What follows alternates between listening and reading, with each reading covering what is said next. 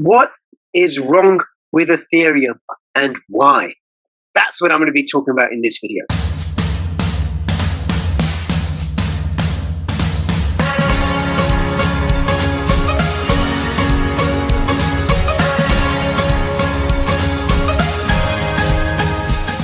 Tokenmetrics is a cryptocurrency investment platform that helps users leverage machine learning to become better crypto investors. Our in-depth analysis helps eliminate the emotions of investing, find profitable investment opportunities, and filters out scams. So one of the things that's wrong with Ethereum are the transaction fees. You can see here currently at the time of recording, the transaction fees are $14.05, and they were as high as looks like something like $35 plus. And then we all know about the gas fees. If we've been transacting with Ethereum lately, trying to put Ethereum into a smart contract or something, which are currently averaging $137.79. And one of the things that does is it discourages small players. I mean, I don't want to invest in any smart contract or any ERC20 token. So you've got this big movement from Ethereum over onto the BINANCE smart chain and other applications that are rising that don't rely on the Ethereum blockchain. But why is this the case? What is wrong with Ethereum? Now, this is a really great article from Crypto AM, which is part of City AM, which is a finance newspaper that is distributed in the City of London. And this article looks at the state of Ethereum, and what it says, the state of Ethereum is bad because of the state of Ethereum. And I explain what that means. So in the week preceding this article, there were record transaction costs peaking at around 7 million per hour in fees. Now, these are fees that go to the miners for validating the transactions because Ethereum is currently a proof of work coin. The amount of transactions that you can have in a block on the Ethereum blockchain is limited to 500. So with the growth in DeFi applications, plus now NFTs people are getting interested in, and of course there are the Dapps from 2017 and 2018 that are still around, you've got an increasing number of transactions, but only 500 can fit inside a particular block. So how is this solved? Well, how it's solved is whoever pays the most, they get their transactions validated by the miners first. Now, what they could do is increase the size of blocks. And if you have a larger block, you can have more transactions, and that would lower the pressure on the price, and you'd have a higher number of transactions per second to boot. But it isn't that simple for Ethereum. How come, and what's being done about it? See, Ethereum is a victim of its own success because it has this smart contract functionality. Now, the root cause of the problem, it says here, is state. State is information held about an Ethereum address or smart contract. For example, the amount of Ether held by an address or the ownership of an NFT goes into making up state. A major difference between Ethereum state and Bitcoin's who holds what UTXOs is that with Ethereum, it allows for the creation and operation of smart contracts of arbitrary complexity. So the Bitcoin blockchain just has a record of who paid what to whom and when. That's it. But with Ethereum, you've got information that's just way more complex. And it's because of this complexity of the information that we've had the success that Ethereum has had with ERC20 tokens, NFTs, and most recently DeFi. Now, the more people that use Ethereum, the more state there is. So if you send 0.01 Ether to a different address a couple of years back to see how it worked, the information about that transaction is still held in state. So if you've had airdrops of random tokens into your wallet, put your hand up because I have had those, right? Each of those requires state, and some of them are completely dead useless projects, and then there are all the dead useless projects that died or scammed or shammed, right? All of that information is held in state. It takes up state, and it adds up to a large and increasing problem. As state becomes larger, the time to access any piece of that state increases. Although data access methods in computers continue to improve, the sheer size of the state and unpredictability of access to it means that state access is by far the slowest piece of carrying out Ethereum transactions. It's a little bit like finding information in an ever-increasing library, of books. The more and more books there are, it's growing and growing and growing and growing. It's going to take you longer as you walk into the library to go and find the particular sentence in a particular book that's lost inside all these books. Now, this matters because every transaction on Ethereum does in some way, shape, or form access and usually update state.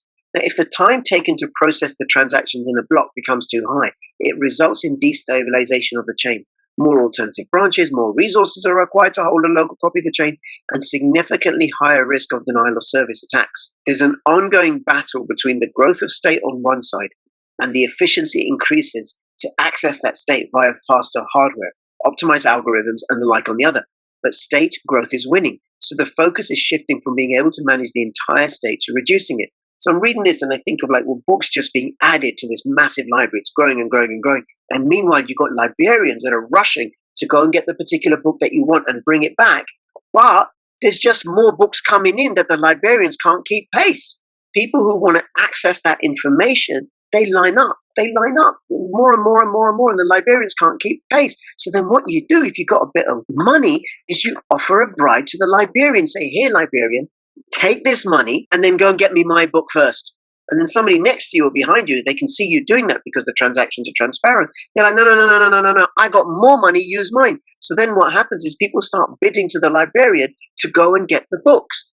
But at the same time, more and more books are being added to this library. Now, there are many ideas around how best to reduce the size of the Ethereum state, but there are three main options. The first is introducing the concept of state rent, where state is paid for on an ongoing basis. Now, if a payment is not made, the state is removed, resulting in a smaller and more manageable state. Removed state can be reintroduced if required with a suitable payment. So that's a little bit like you've got to rent space on the bookshelf for your book to go in. This has the benefit of being an economic solution in that once implemented, it is down to Ethereum users to which state they care enough about to pay for. It is, however, only a partial solution because even with rent in place, there are no guarantees on the size or growth of state. So you could still have lots and lots of people paying for their books to buy up the shelf space. So the state still grows, the library in this instance, in this metaphor that I'm using, gets bigger and bigger and bigger and bigger. You still have the problem of the librarians not being able to keep up with the rate of increase. The second solution is providing a two-tier state. Active state continues as is. However, if state is not accessed after a while, it is considered inactive and moved to a second area of storage. So then you've got like a main library where people are going in and out, taking books in and out. And then you've got the sort of reserve library where the archive, where it's archived books that nobody has wanted to read for donkey's years. The costs for accessing inactive state are made significantly higher, representing the cost to move data back to the active state. This is similar to the first solution, but is more automated. So if you want to bring a book from the archive, then the librarian, I imagine, would just push a button and up it would come. But this does make gas usage highly variable from one transaction to the next, and the technical challenges of moving state between active and inactive stores add significant complexity to clients. Now you've got two types or two levels of movement of information exchange. So first, the books going in and out of the library, as they were before, but now with this revision where they've got to be moved to an inactive area, the archive, and then brought back if they're wanted, then you've got two types of transactions. The third solution is removing the state entirely.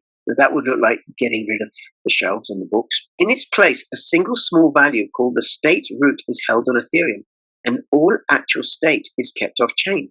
Now, whenever a transaction is submitted to the Ethereum network, the pieces of the state that will be read by the transaction are provided alongside it in a structure known as a witness. So consider it be this way. I'm going to try this out, right? The witness sends the information from where the books are stored. So instead of this massive, massive hall with increasing numbers of books coming in and librarians rushing about, you have the books stored elsewhere in a large warehouse. And just one or two librarians sitting there in this small little shed or something, and you go in, you say, listen, I want this information. And what the librarian is able to get the information read out to them, like by radio or some sort of audio version from where it's stored.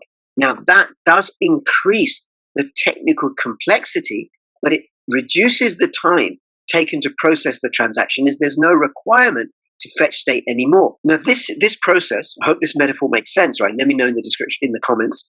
This increases the size of transactions, but crucially, massively reduces the time taken to process the transaction, as there's no requirement to fetch state anymore. Like there's no requirement for the librarian to go running around looking for this information in this book.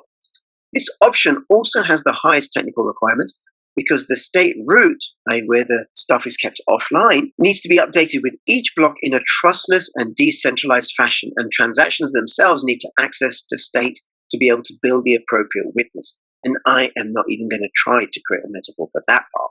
It does, however, fix the entire issue of state growth as far as Ethereum nodes are concerned, so a lot of effort is going into this option. So this is the one that they're looking at, and it does have the value that, all the information that's held off-chain, off-state, doesn't need to be validated each time. Regardless of the solution or solutions used, they must not impact Ethereum's fundamental premise of providing a decentralized blockchain. This takes time, and the lack of it today is felt especially painfully during times of high network congestion and astronomical fees. Oh, yes. However, progress continues towards the ultimate goal of a highly scalable solution without compromise. Now, when additional work such as Layer 2 and sharding are added to the mix, that goal is starting to look very close indeed. Now, if you want to know more about Ethereum, you can check it out on the ethereum.org website. And if you want to know more about this article and read it for yourself, I shall link to it in the description below. Let me know what you think. And between now and when I see you next, please keep filling your pockets with crypto profits. This is Crypto Rich signing out. All the best. Bye-bye. Take the first step towards online privacy. Get NordVPN.